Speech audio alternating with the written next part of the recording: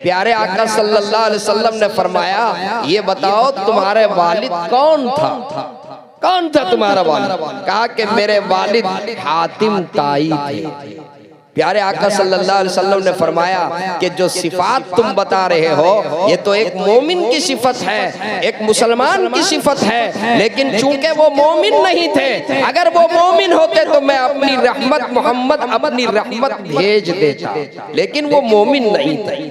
उसके बाद आका ने फरमाया अपने सहाबा से कि सुनो, इनके जो वालिद थे वो मकारिम अखलाक को पसंद करते थे, और मैं इस दुनिया में मकारिम अखलाक की तकमील के लिए आया, इसलिए न सिर्फ ये कि इसे छोड़ दो, इसे रिहा कर दो, बल्कि इसे जोड़ा भी दो, इसे कपड़ा भी दो, इसे सवारी पर सवार करके और बाइज्जत जो है इसके घर तक इसे पहुंचा दो। जरा सुनिए, प्यारे आका सल्लल्लाहु अलैहि वसल्लम क्या हुक्म दिए सहाबा को? इसे आजाद कर दो इस लड़की को, और सिर्फ आजाद नहीं बल्कि इसे जोड़ा भी दो, इसे सवारी पर सवार करके और इज्जत के साथ इसके घर तक के इसे पहुंचा दो, ये जहां बोले वहां इसे पहुंचा करके आओ।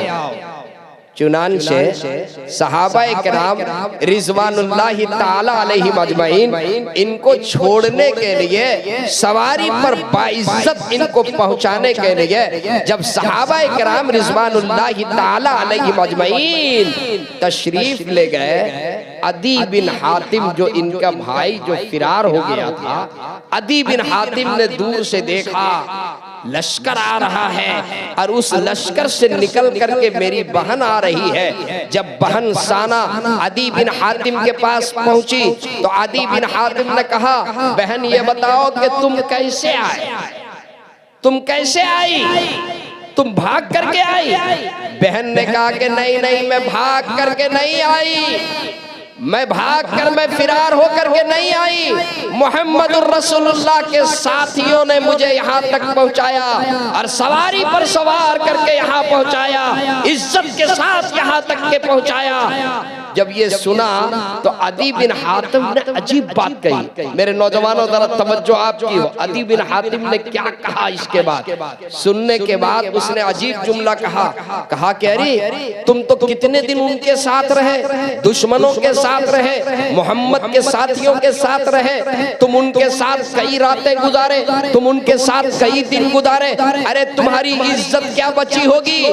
तुम्हारी इज्जत तो लुट चुकी होगी, तुम्हारी इज्जत पर तो डाका डाल दिया गया होगा, चूंकि तुम दुश्मन के साथ कई दिन और कई रात गुजार करके आए। जब अदी बिन हातिम के बहन ने अदी की जुबान से ये जुमला सुनी तो अदी बिन हातिम की बहन ने कहा, खबरदार खबरदार, अरे सुनो, मोहम्मदुर रसूल जितनी मेरी इज्जत तुम्हारी चार दीवारी के अंदर इतनी महफूज नहीं थी, उससे कहीं ज्यादा मोहम्मदुर रसूलुल्लाह के गुलामों के दरमियान मेरी इज्जत महफूज थी।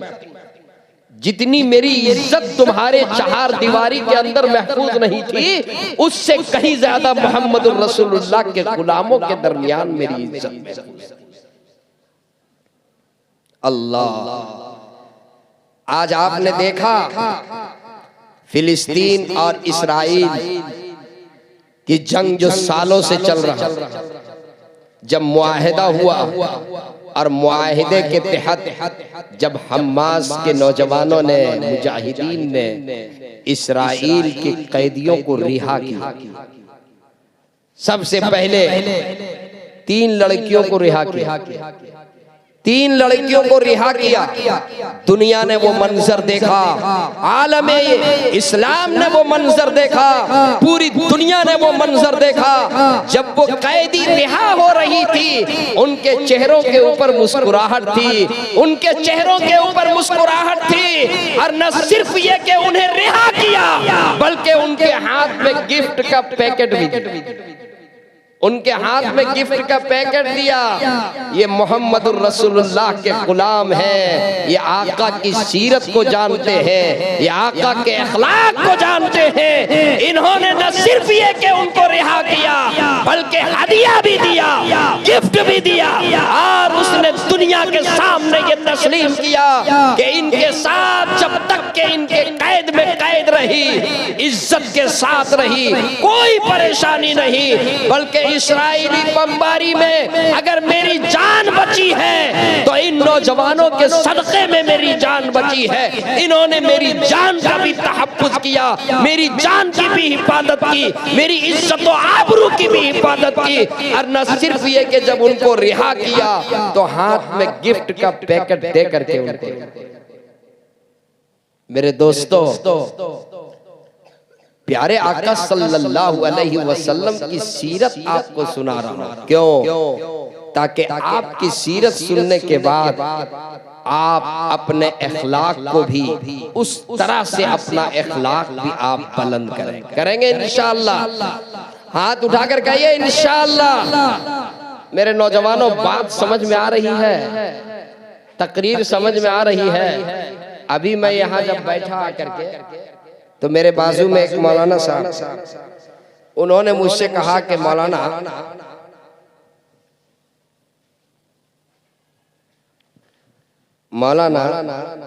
आज से 2 साल पहले या 1 साल पहले रमजान के बाद शाहपुर में एक जलसा हुआ था और उस जलसे में आपने एक लतीफा सुनाया, जरूर उसको सुना दीजिए।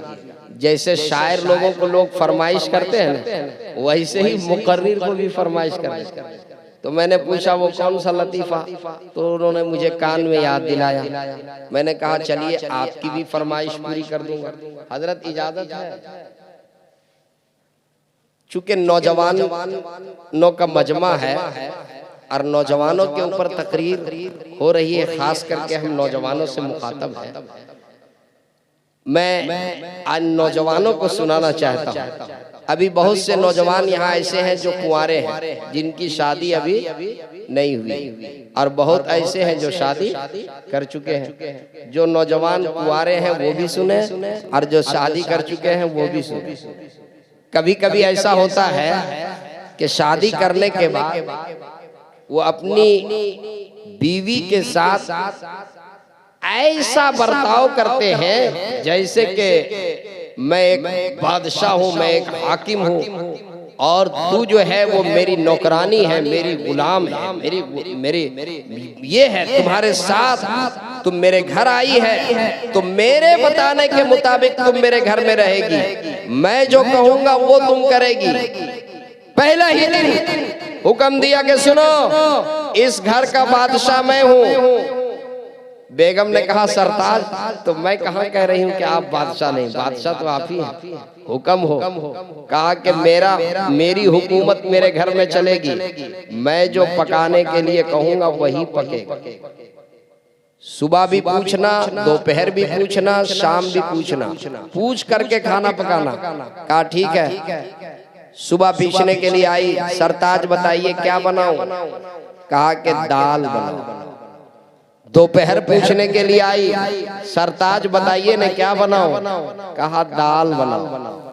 शाम को पूछने के लिए आई, सरताज बताइए ने कुछ सब्जी वगैरह बनावे, मछली बना ले, मटन बना ले, अंडा बना ले, हरी सब्जी बना ले। कहा कि नहीं, दाल बनाओ।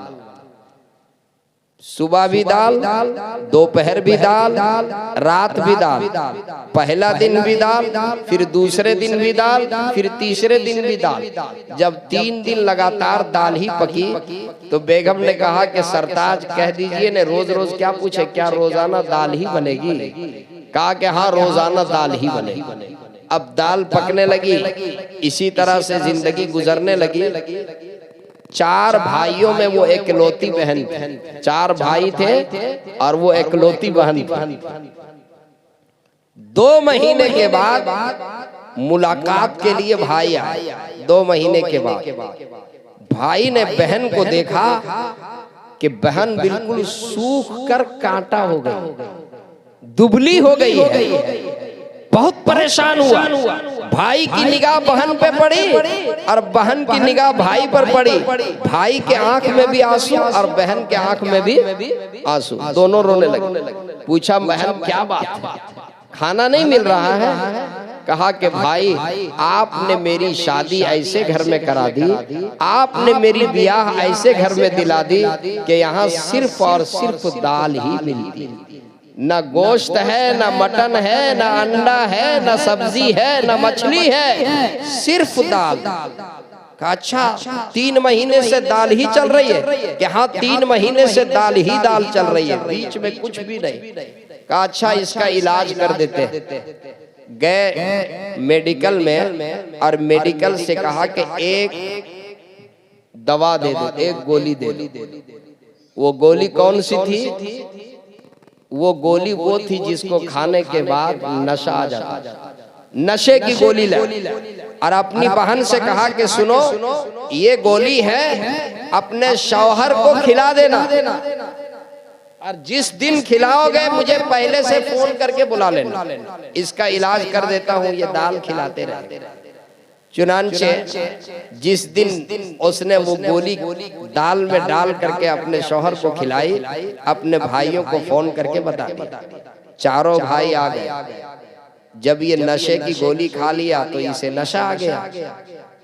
पहला काम भाइयों ने ये किया कि जिस कमरे में इसकी चारपाई थी, जिस कमरे में इसका पलंग था, उस कमरे से उसको उठाया और उठा करके दूसरे कमरे में ले जाकर डाल दिया। दूसरा काम ये किया, एक सादा कपड़ा लाया और उसको उस कपड़े के अंदर मुकम्मल लपेट दिया, जैसे मरे हुए आदमी को कफन देते हैं ना, वैसे उसको लपेट दिया। और चारों भाई अपने चेहरे के ऊपर कपड़ा बांध लिए, काला कपड़ा, और चारों के हाथ में कोड़ा गुरुज चारों के हाथ में था। चारों सिरहाने चारों तरफ, चारों पाए में चारों बैठ गए इस इंतजार में कि इसका नशा उतरे, उसके बाद इसका इलाज करेंगे। इंतजार में बैठ गए। तकरीबन रात के 2 बजे नशा कुछ कम हुआ तो ये उठ के बैठा तो इसने देखा सबसे पहले कि ये कमरा तो मेरा नहीं है, ये मेरा रूम नहीं है। और फिर ये कपड़ा, ये सादा कपड़ा कहां से आया? और फिर ये 4 लोग जो बैठे हुए हैं, ये कौन लोग हैं? बहुत परेशान होकर के पूछा, ये बताओ ये कमरा किसका है? और फिर तुम लोग कौन हो? और ये सादा जो है ये कपड़ा ये कहां से आया? ये सादी चादर कैसे?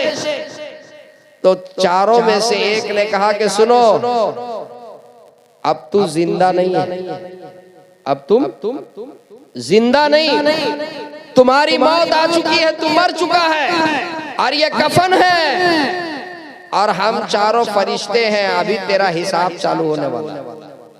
अपनी जगह से कोई हिलना नहीं, अब हिसाब व किताब शुरू होगा। तू जिंदा नहीं है, तुझे मौत आ चुकी है, कफन में तू लिपटा जा चुका है, और फरिश्ते भी तुम्हारे पास आ चुके हैं। अब हिसाब शुरू होगा। सबसे पहला हिसाब खाने पीने का होगा।